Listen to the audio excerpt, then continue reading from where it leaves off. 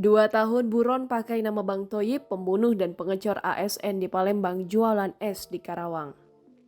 Aku gawe di kuburan, jadi foto Yudi buat hilangin jejak katanya. Ya dalam mobil kamu dalam mobil ada kan? Ada. Nah, dalam mobil melok kan? Melok. Juga ada?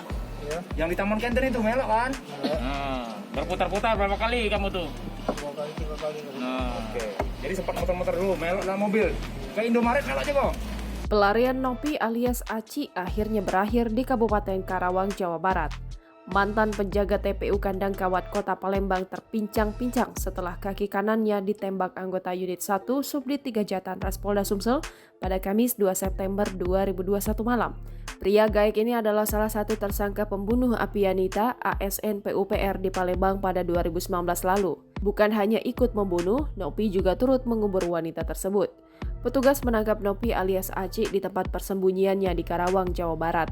Selama bersembunyi, Nopi menutupi identitasnya dengan menggunakan nama Bang Toyib dan sehari-hari berjualan es keliling di seputaran wilayah Karawang. Di hadapan petugas, Nopi mengakui perbuatannya yang ikut terlibat membunuh hingga mengubur serta mengecor jenazah korban. Dikatakan Nopi, dirinya adalah orang yang memberi saran untuk menguburkan jenazah korban setelah dibunuh.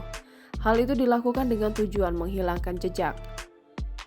Untuk diketahui, Nopi adalah paman kandung terpidana Mas Agus Yudita Maredianto yang sudah lebih dulu ditangkap dan divonis bersalah berdasarkan putusan hakim. Nopi mengaku mendapat janji bayaran sebesar 5 juta rupiah untuk membantu membunuh korban.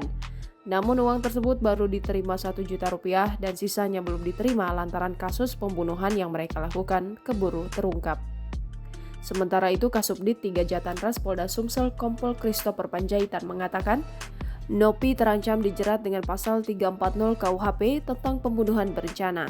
Dengan begitu, Nopi terancam dihukum seumur hidup, penjara, atau hukuman mati.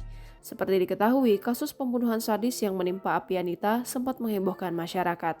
Jenazah ASN PUPR tersebut ditemukan dalam keadaan dicor di tempat pemakaman umum Kandang Kawat Kota Palembang pada Jumat 25 Oktober 2019.